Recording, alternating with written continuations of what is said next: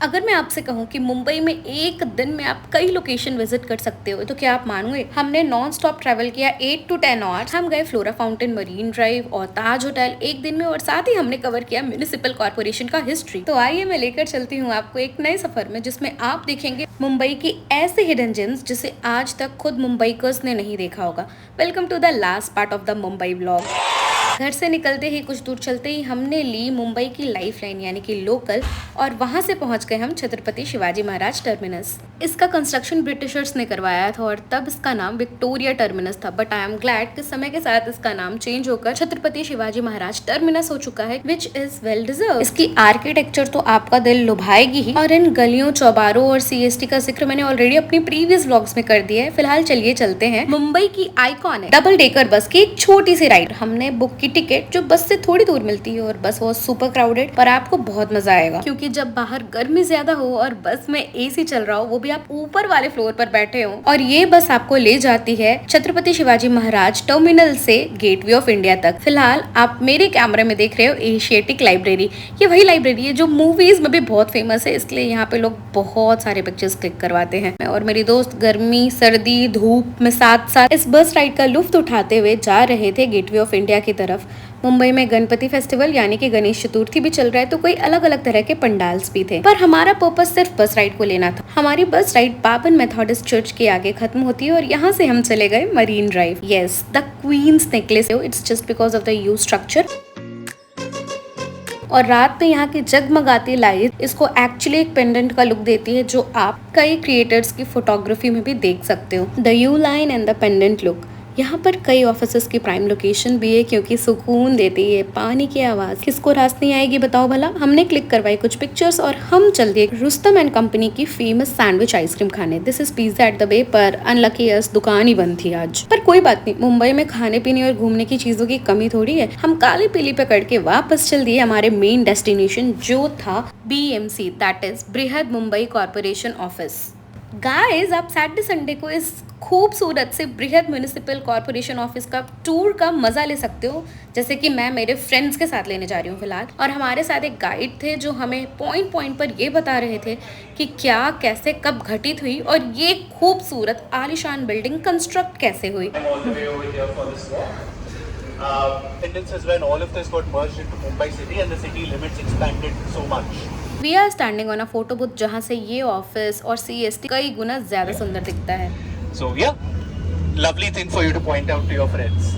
Office के अंदर जाते ही आपका स्वागत करेंगी शिवाजी की एक बड़ी तस्वीर, दिस ओपन एरिया, जहां से आप होते हुए जाते हो कॉर्पोरेशन ऑफिस के अलग अलग पार्टी के ऑफिसेस की तरफ। एक्चुअली संडे होता है तो ऑफिस बंद होती है और आप एंजॉय कर सकते हो इसकी ग्लोरियस हिस्ट्री, इसका खूबसूरत आर्किटेक्चर जो अतुलनीय है।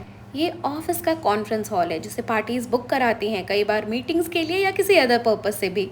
Just like we do presentations in R B school, यहाँ पे उनके प्रेजेंटेशंस और कई इंपॉर्टेंट डिसीजंस बनाए जाते हैं। And Rohan, who is also employ of Deloitte, was guiding us and telling us about the architecture, sitting arrangement and every other stuff.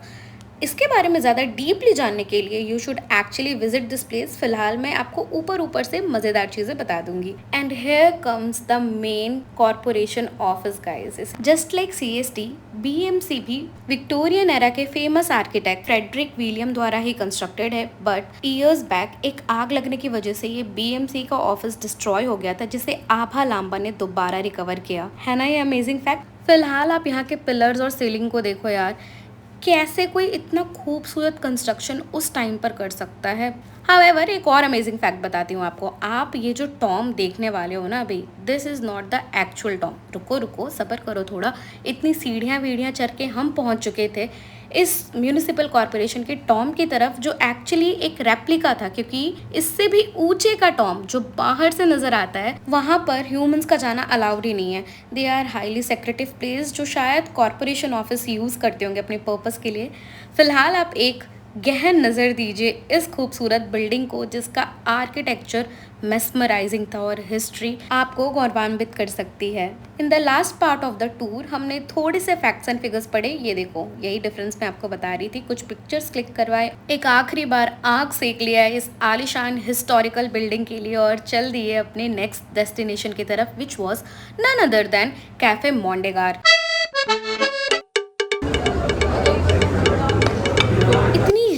देख ली थी ना मैंने मुंबई आने से पहले इस कैफे के बारे में, मगर भीड़ बहुत ही ज्यादा थी। हमने थोड़ी सी मंचीज ऑर्डर की स्टार्टर के तौर और हल्का फुल्का पेट भर लेने के बाद हम पहुंच गए वापस से फ्लोरा फाउंटेन। एक बुक फॉर्म से अगर आप पूछोगे कि आपको क्या चाहिए तो वो खरीदे ना खरीदे, पर ऐसी दुकानों पर 4 कदम चल के आंख सीखने जितना काम तो कर ही लेता है। फ्लोरा फाउंटेन की ब्लॉग भी ऑलरेडी अपलोड की भी है। फिलहाल मेरे साथ एक गणेश पंडाल की तरफ चलिए। श्री गणेशाय नमः। वक्रतुंड महाकाय सूर्यकोटि संप्रभा निर्विघ्नं कुरु मे देव सर्वकार्येषु सर्वदा। गणेश जी को नमन करके हम चले गए थोड़ी और पेट पूजा करने के लिए दिल्ली दरबार।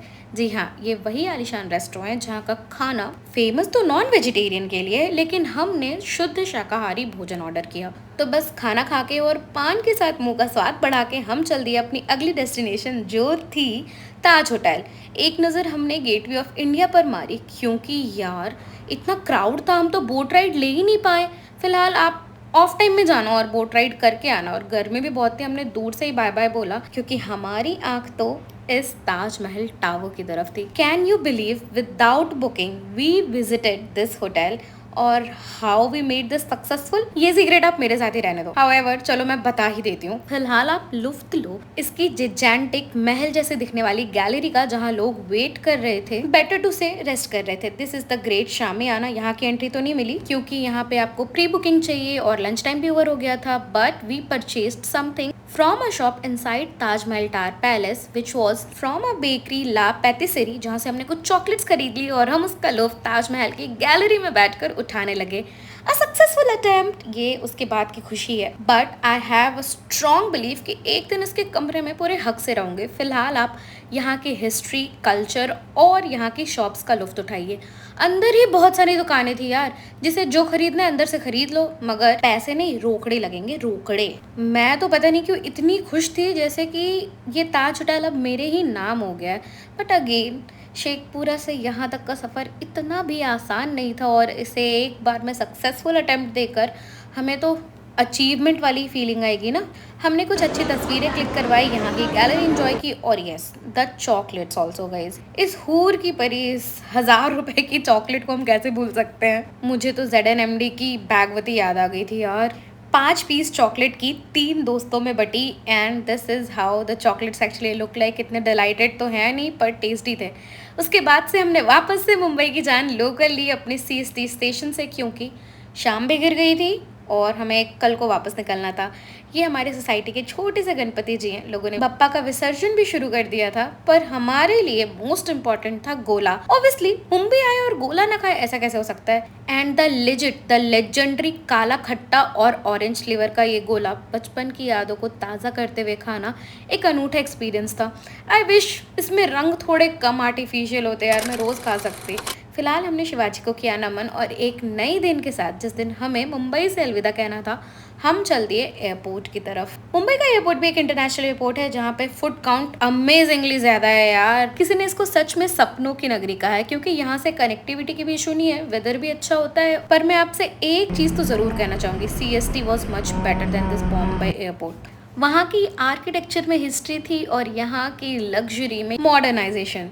हमने अपने बैग्स चेक इन किए टिकट काउंटर से, हमने अपनी सीट्स चेंज करवा के विंडो सीट करवा ली, और हम चले गए मुंबई के लाउंज की तरफ। ये जो आप आसपास इतने एडवर्टाइजिंग देखते हो ना, इस एडवर्टाइजमेंट से बहुत सारा रेवेन्यू जनरेट होता है एयरपोर्ट के लिए। अपनी प्लेसमेंट्स की प्रेप के दौरान मैंने इसके गेस्टिमेट बहुत बार किए हैं, क्योंकि this is one of the favourite topic to be asked by interviewers. और हम लाउंज का लुफ्त उठाते हुए एक लास्ट बाय कर रहे थे विस्तारा को, क्योंकि यार ये तो एयर इंडिया में मर्ज हो गई ना। Bye bye Vistara. I wished I would have taken a Vistara flight, but फिलहाल तो हम इंडिगो से ही जाएंगे, इकोनॉमिकल, और बहुत कम ही बार कैंसिल होती है यार। तो मुंबई जर्नी के इस व्लॉग में फिलहाल के लिए इतना ही। व्लॉग अच्छा लगा हो तो like, share and subscribe my channel.